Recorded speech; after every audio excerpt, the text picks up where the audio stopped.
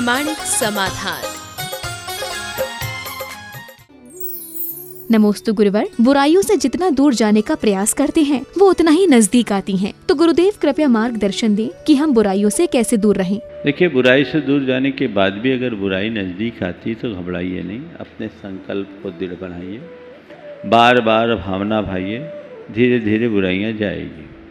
सतही तौर पर बुराइयों को छोड़ने से बुराइयों से मुक्ति नहीं है, अंतरंग में वैसा संकल्प जगना चाहिए। आप जिस बुराई से बचना चाहते हैं उसके विधेयक वाक्य को जोड़िए। जैसे मान लीजिए आपको बहुत क्रोध आता है, आपने सोचा कि मुझे क्रोध नहीं करना, इतने मात्र से क्रोध से छुटकारा नहीं मिलेगा।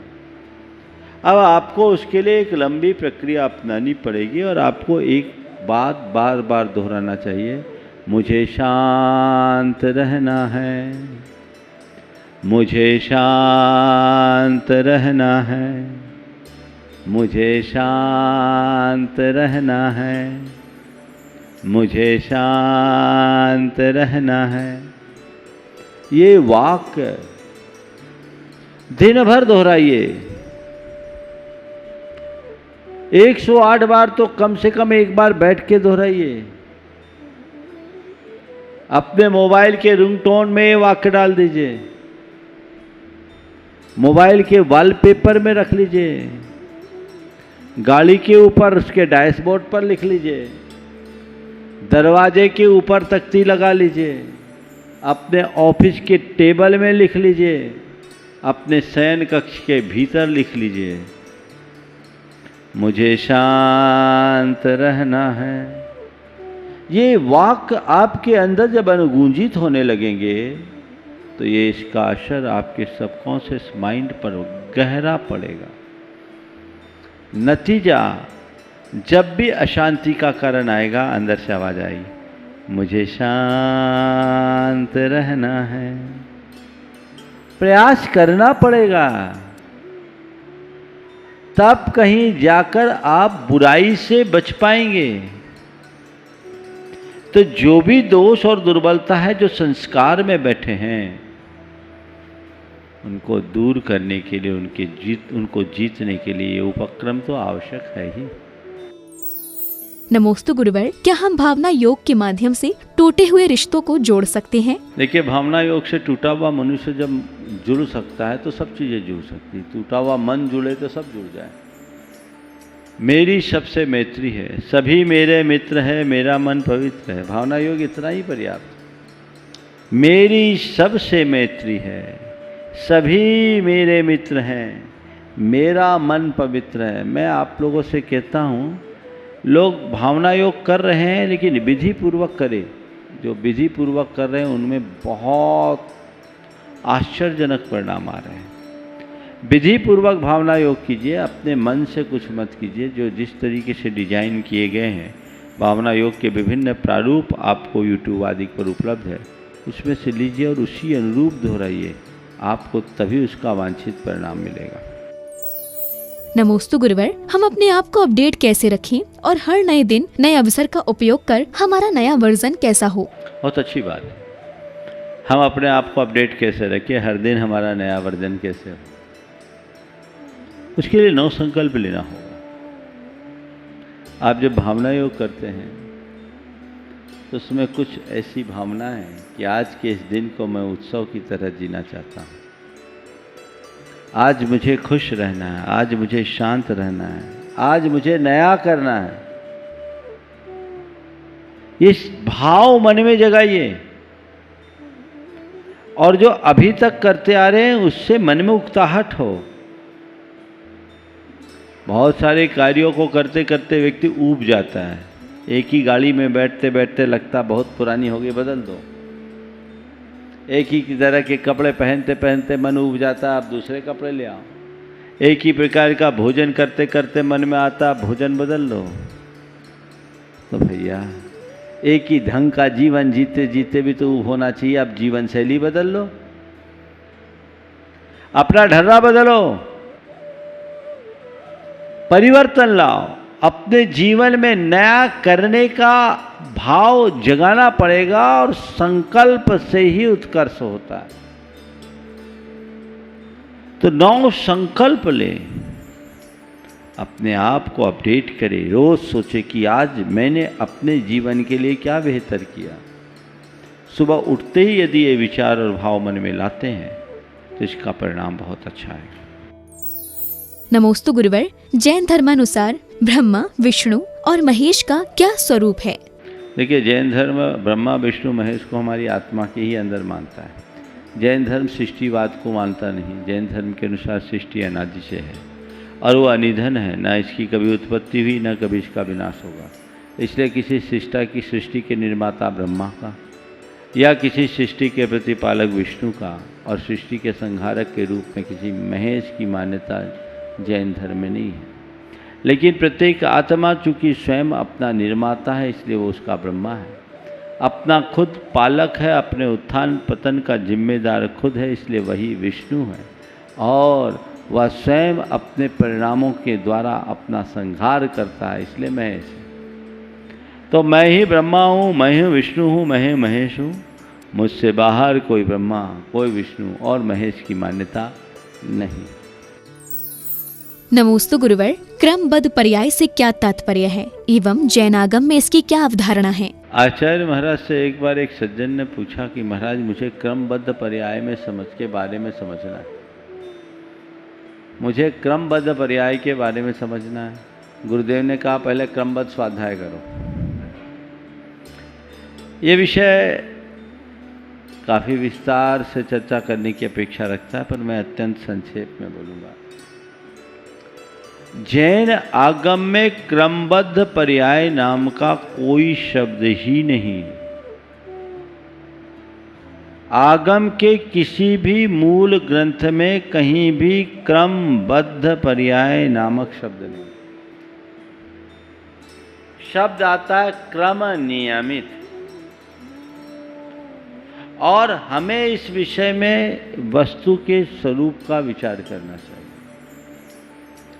जैन दर्शन में ये कहीं नहीं कहा गया कि जो जब जैसा होना है सो निश्चित है, तू हाथ पर हाथ धर कर बैठा रहा। जैन दर्शन तो कारण कार्य की वैज्ञानिक व्यवस्था का हिमायती है। अगर थोड़ी देर के लिए हम मान लें कि सब कुछ फिक्स है, तो आपका पूछना भी फिक्स, मेरा उत्तर देना भी फिक्स, आपका समझने की कोशिश करना और मेरा समझाने का प्रयास करना, ये सब फिक्स। मेरे समझाने पर भी आपका न समझना फिक्स, और आपके न समझने पर भी मेरे समझाने का प्रयास करना फिक्स। कोई किसी के यहाँ चोरी किया है तो वो भी उसके पहले फिक्स था। कोई किसी को लूटा है तो वह भी फिक्स था। किसी ने कोई व्यभिचार किया है तो वह भी पहले से तय था। फिर तो एक ही प्रश्न और एक ही उत्तर, ऐसा क्यों हुआ? क्योंकि ऐसा होना ही था। ये बात कहीं जैनागम में नहीं लिखी। समझ गए?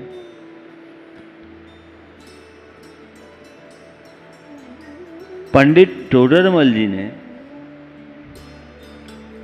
मोक्ष मार्ग में प्रकाशक में एक जगह बहुत अच्छी बात लिखी। वहां किसी ने सवाल किया, हमारी जब होनहार होगी तब होगा? तो उन्होंने जबरदस्त फटकार लगाई।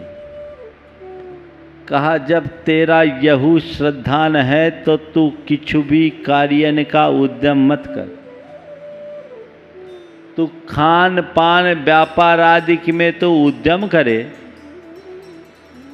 और यहाँ होनहार बतावे हैं, सो जानिए हैं तेरा साचा श्रद्धान यहाँ है नाही, झूठी माना दिखते बातें बनावे। जो क्रमबद्ध पर्याय के हिमायती हैं, दुकान में ज्ञाता दृष्टा बन करके बैठते हैं क्या? एक बार अब मजेदार घटना हुई। एक युवक, उसकी माँ एक शिक्षिका थी, पिताजी नहीं थे। पर हमेशा क्रमबद्ध पर्याय का रोना रोती थी। तो क्या हुआ, उसका बेटा उससे बड़ा दुखी रहता था, पर माँ के रंग में रंगी हुई थी, वो तो कुछ सुनने को तैयार नहीं। अब तनख्वाह मिलने के बाद माँ ने पैसा दिया सौदा लाने का, महीने भर का सामान लाने का। बेटा वो पैसा लिया और चलते बना हमारे पास आ गया, अपने घर से 300 किलोमीटर दूर, हमें भी कुछ नहीं बताया, माँ को खबर भी नहीं दिया। 5 दिन बीत गए,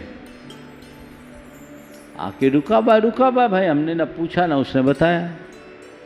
इधर माँ परेशान, बेटा कहाँ गया, बेटा कहाँ गया, बेटा कहाँ गया, बेटा कहाँ गया। अब बेटा का कोई अता पता हो तब तो। ये घटना पुरानी, उस समय मोबाइल नहीं आया था, ये 94 की बात बता रहा हूँ, 93 की। अब बेटा कहाँ गया, कहाँ गया, कहाँ गया। 5 दिन बाद उसकी माँ को कहीं से पता लगा कि ये महाराज के पास है। अब वो उसकी माँ ऐसी सम्यक दृष्टि थी कि मुनियों की छाया से भागती थी, पर अब बेटे से मिलना है तो आना ही पड़ा। आ गई, बेटा तू कहाँ चला गया? बोले जहां भगवान के ज्ञान में झलका था। ये क्या बात हो गई, कम से कम खबर तो देना था। माँ यही भगवान के ज्ञान में झलका था, तुझे तो मैंने सामान के लिए भेजा था, तू कहाँ चला गया सामान का? बोले जो भगवान के ज्ञान में झलका। माँ कुछ बोले जो भगवान के ज्ञान में झलका। वो पस्त हो गई। तब उसने कहा माँ तेरा ये डायलॉग सुन सुन करके मैं उकता गया था, तो मैंने ये रास्ता बताया। अब रहा सवाल, ये तो बात है, लेकिन आगम के संदर्भ में हमें क्या आ गया? हमारे यहाँ कहा गया कारण क्रमानुक्रम विधायित्वात् कार्य क्रमानुक्रमस्य। कार्य का क्रमानुक्रम कारण के क्रमानुक्रमानुरूप होता है। जैसी कार्य सामग्री मिलती है तदनुरूप कार्य होता है। जैसे अभी आप सब बैठ करके बड़ी गंभीरता से मेरी बात को सुन रहे हैं। इस समय आपके अंदर अनंत योग्यताएं हैं, पर उन योग्यताओं में वही प्रकट हो रही है जैसा सामने निमित्त मिल रहा है। अभी मेरी बात को आप गंभीरता से सुन रहे हैं। अगर मैं कोई आश्चर्यजनक बात कर दूं तो आप चकित भी हो सकते हैं।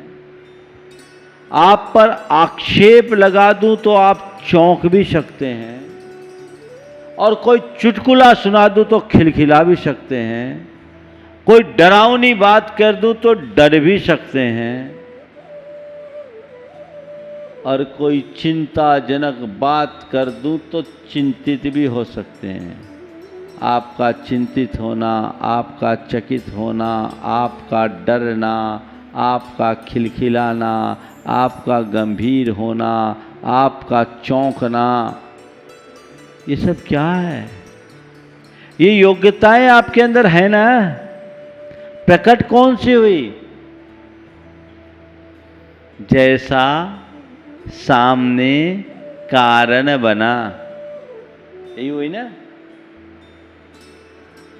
बाल के टुकड़े को अग्नि में डालोगे दुर्गंध आएगी, और चंदन का चूरा डालोगे सुगंध आएगी। अब कोई बाल को पड़ना ही था, दुर्गंध आना ही था, या चंदन को गिरना ही था, सुगंध फैलनी थी, ऐसी कोई बात है क्या? इसलिए इन बातों में मत पड़िए।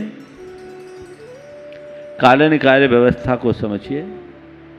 जैन धर्म में नियतवाद को एकांत रूप से कहीं मान्यता नहीं है, अकर्तावाद को मान्य किया है, जो अध्यात्म की रीढ़ है। पर का कर्ता नहीं है, स्व का कर्ता है। नियतवाद को मानने पर स्व कर्तृत्व भी खत्म हो जाता। कर्तृत्व की बात ही छोड़ो, जो होना है सो होगा। एक प्रसिद्ध भजन हमारे यहाँ है, जो जिसे आधार बनाकर एक अंश बोल करके लोग इसको प्रचारित करते। जो जो देखी बीत रागन, सो सो होसी वीरारे, अनहोनी होए नहीं कभी, काहे हो तधीरारे। अच्छी बात। आगे का लाइन, आगे की पंक्ति तो देखो, क्या क्या देखी वीत राग ने, तू क्या जाने धीरा रे, तू तो नाम सुमर ले प्रभु का, जो हर्षी भव पीरा रे। ये तो देखो, अब भगवान के ज्ञान में क्या है, हमें इससे कोई प्रयोजन नहीं। भगवान ने हमें हमारे कल्याण के लिए क्या कहा, हमें इसका ध्यान रखना। तो ये व्यवस्थाएं हैं, इसलिए इस तरह के मोह में मत पड़ो। ये बड़ी गूढ़ विवेचना का विषय है। बस हमें अपना काम करना है। मानता हूँ बहुत सारे प्रयत्न करने के बाद भी कई बार चीज़ें हमारे अनुरूप नहीं होती। होनहार को माने कथनचित तो चलेगा, लेकिन केवल उसके भरोसे बैठकर चलना कतई उचित नहीं है। हमें भगवान के उपदेशानुरूप अपना जीवन बनाना चाहिए। नमोस्तु गुरुवर, अपने प्रवचनों में आचार्य श्री विद्यासागर जी महाराज का संदर्भ देते समय आपके मुख पर अत्यंत प्रसन्नता झलकती है। तो इस प्रसन्नता का कारण आपका अपने गुरु के प्रति गुणानुवाद है या गुरु के प्रति कर्तव्य है? मुझे नहीं मालूम कि अनुराग है या कर्तव्य, पर मैं तो यही जानता हूँ, जब जब हमारे प्राणों पर स्पंदन होता है ना, तो उसकी प्रतिध्वनि सब जगह फैलती है। वो मेरे प्राणों की तरह मेरे रोम रोम में बसे हैं, और उनका नाम आते ही मेरा मन प्रमुदित होता है, मेरा रोम रोम प्रफुल्लित होता है। तो क्या है, मैं बताऊं? मैं तो ये मानता हूँ, मुख से निकलने वाले शब्द भले आपको मेरे दिखते हैं, पर उन सबको संस्कारित करने के लिए तो वही मेरे भीतर बैठे हैं। इसलिए निकलता है और उनका नाम आते ही ये सब कुछ प्रकट हो जाता है। नमोस्तु गुरुवर, भवन की नींव की तरह जीवन में धर्म रूपी नींव का निर्माण भी क्या एक बार ही होता है? क्या भविष्य में इसमें सुधार की गुंजाइश नहीं रहती? जो सवाल आपने किया है कि नींव तो एक ही बार बनता है, इसके बाद जो कुछ होता है वो ऊपर होता है।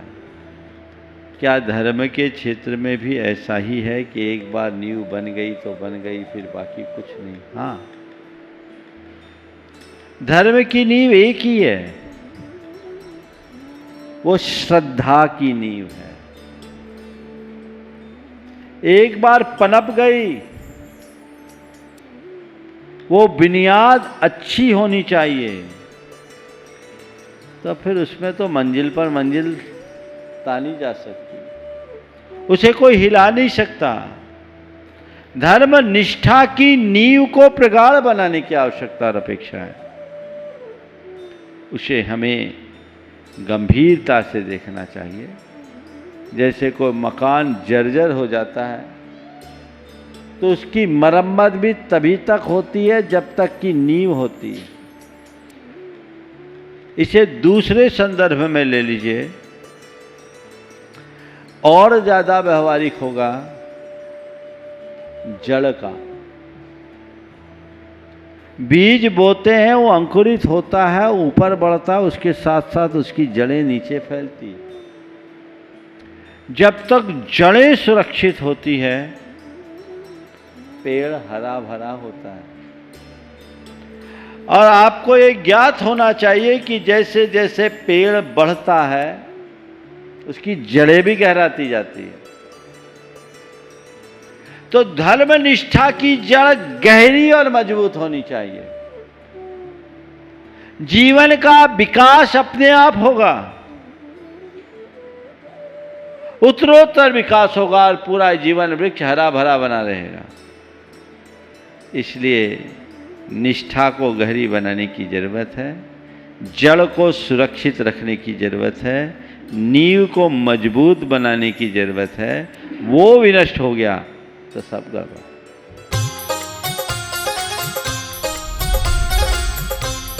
प्रामाणिक समाधान।